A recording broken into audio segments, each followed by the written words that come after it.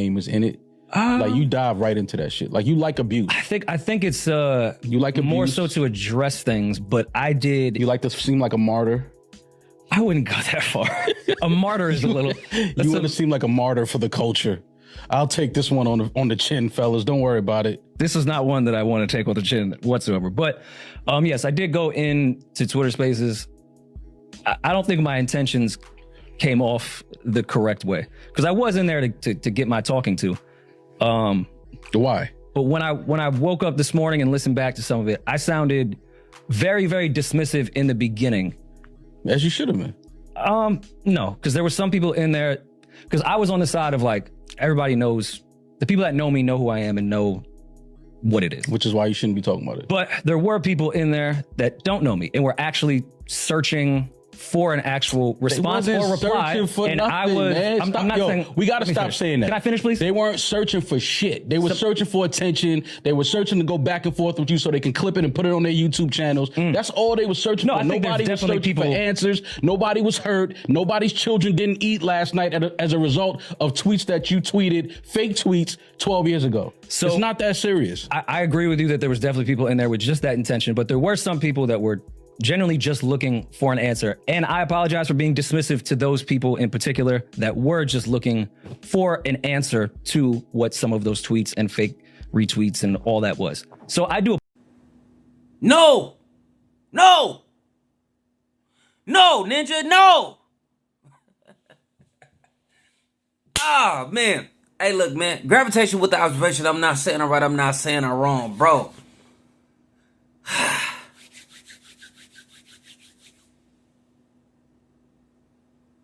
As you just seen right here in this clip, right, of what's going on.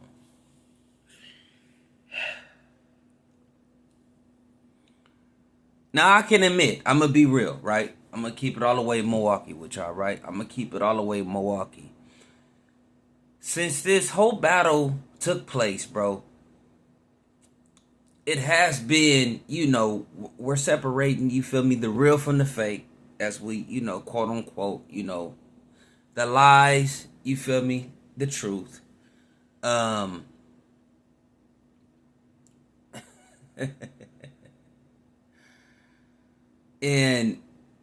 I totally understand where people coming from. Like, bro, if it's not authentic, I get it. I totally get it, right? But it's still entertaining to me. So when it comes to the two individuals right here, we talking about Rory and Mal.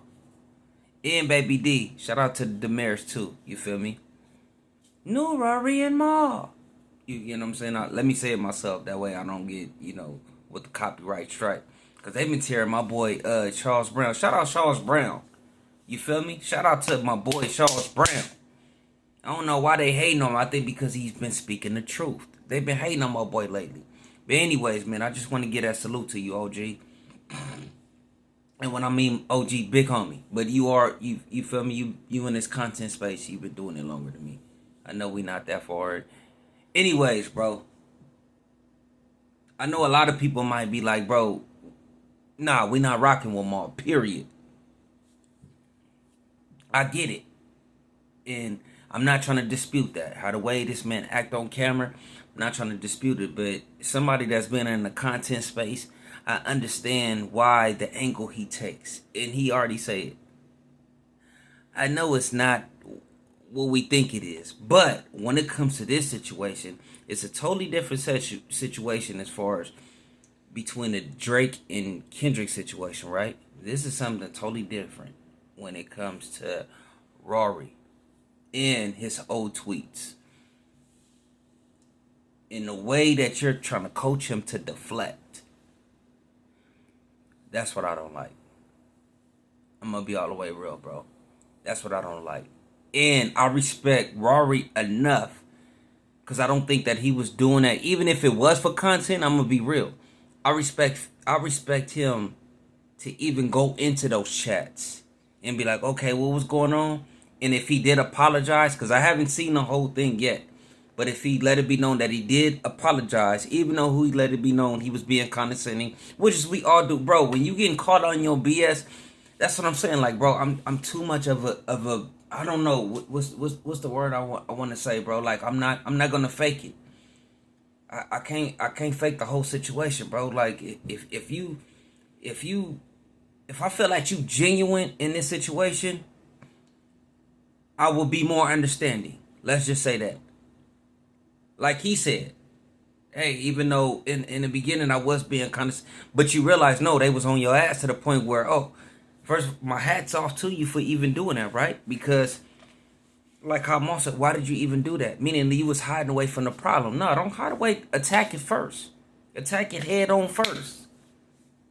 And this advice that you're getting right now from this individual, Maul, that's BS too. Nah. You gotta understand, like you said, you're a visitor in this community. Even with Demaris, I get it. That's your team. That's your squad. They're supposed to do some type of PR, no matter what. I understand that.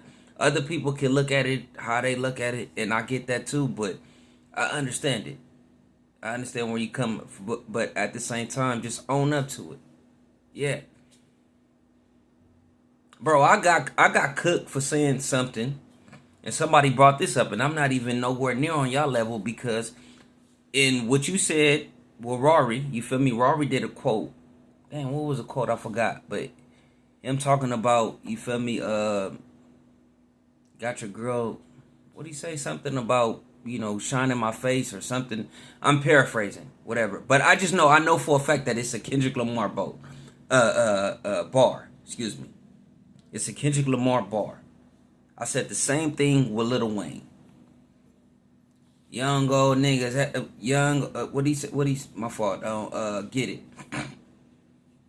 Young ass nigga had a thing for old ladies, but as I got older, I began to like them younger. But as I got older, I began to like them younger. Oh, bro, they hit. I'm like, damn, how did they find that? But the thing about it is, I get where they coming from. I wasn't really tripping off the fact that me going so hard on Drake about the whole pedophile thing. What I'm saying is he's making it seem like the pedophile allegations came out of nowhere. That was my whole thing. So them people that was attacking me, which is rightfully so, I get where they coming from. If you bringing up tweets that I'm saying, which is I'm putting in quotation marks, like I'm showing that is a Lil Wayne bar, and I'm tagging somebody on that, like, hey, remember this during that time. You know, it's a reference point in our life what was going on. That was back then. So, however you want to look at it, okay, it's no excuse, whatever. But I'm saying, hey, remember we was listening to this? Regardless, bro, like, with the whole Drake, me pushing that situation is like, bro, why are you suing something when you know? Anyways, bro, whether it's right or wrong, all I'm saying is, back to the situation at hand. I can tell, Rory, you being on that podcast, bro, Maul has influenced you. To the point, like, you can't even speak up for your... Like, you thinking, like, hey, this is the best move. But stick with that. Don't listen to that. And I'm surprised he ain't said nothing to... Yeah, bro, that's not cool. That's not cool at all. Now, I will understand a situation like if he got at you and he told you, like, don't even address the situation in the first place. But if you felt in your heart, though, that's what I'm saying. If you felt in your heart that you need to address the situation, do it. That's the problem. That's what I'm saying. If you felt in your heart, bro, I need to address this situation. Regardless, do it. Do it. 100, do it. Not no BS. Real talk. Because I think that's the only reason, unless you really felt like, oh, I wanted to try to jump in front of the situation. Well, then Maul's right. You wasn't going to win in that situation. Maul is totally right. If you thought that you was going to jump in those rooms or whatever on Clubhouse, because I didn't even know Clubhouse still exists. I'm not going to even lie, bro. But if you thought that you was going to jump over, I believe that was Clubhouse that y'all was talking on. But if you thought that you was going to jump ahead of the situation when it already came out, nah. That wasn't gonna work. So, Mal perspective on that, I'm actually with him on that. Real talk. And I hope he got at you behind the scenes. But if he really came in there sincerely and like, hey man, you know what, this is, just, not cool, and man, I made a mistake and this is what's going on during this time. And I like how you kept it real, which is we all can see that you was being condescending in the first place. You feel me? People were saying you was deflecting. No, it was deflecting too, but it was very condescending. I even said that. Just even listening back to the little clip that I even heard on TikTok, right? But if you really, if that was the whole situation, then yeah, I'm with Mal on that. But I don't know, man. I'm gravitating with the observation. I'm not saying I'm right. I'm not saying I'm wrong, bro. Yeah, that's how it's starting to look. Even with Baby D, Demaris, before I even get out. And I like that. You got to stick up for your cause, however you can do it. Because how she broke it down, the way she broke it down, had me thinking for a second. Like, you right into Baby Girl said no. Even with context, you taking it out of context, it don't matter. It shouldn't have been said regardless, bro. It shouldn't have been said regardless. But y'all let me know in the comments below how y'all feel about this video. Gravity.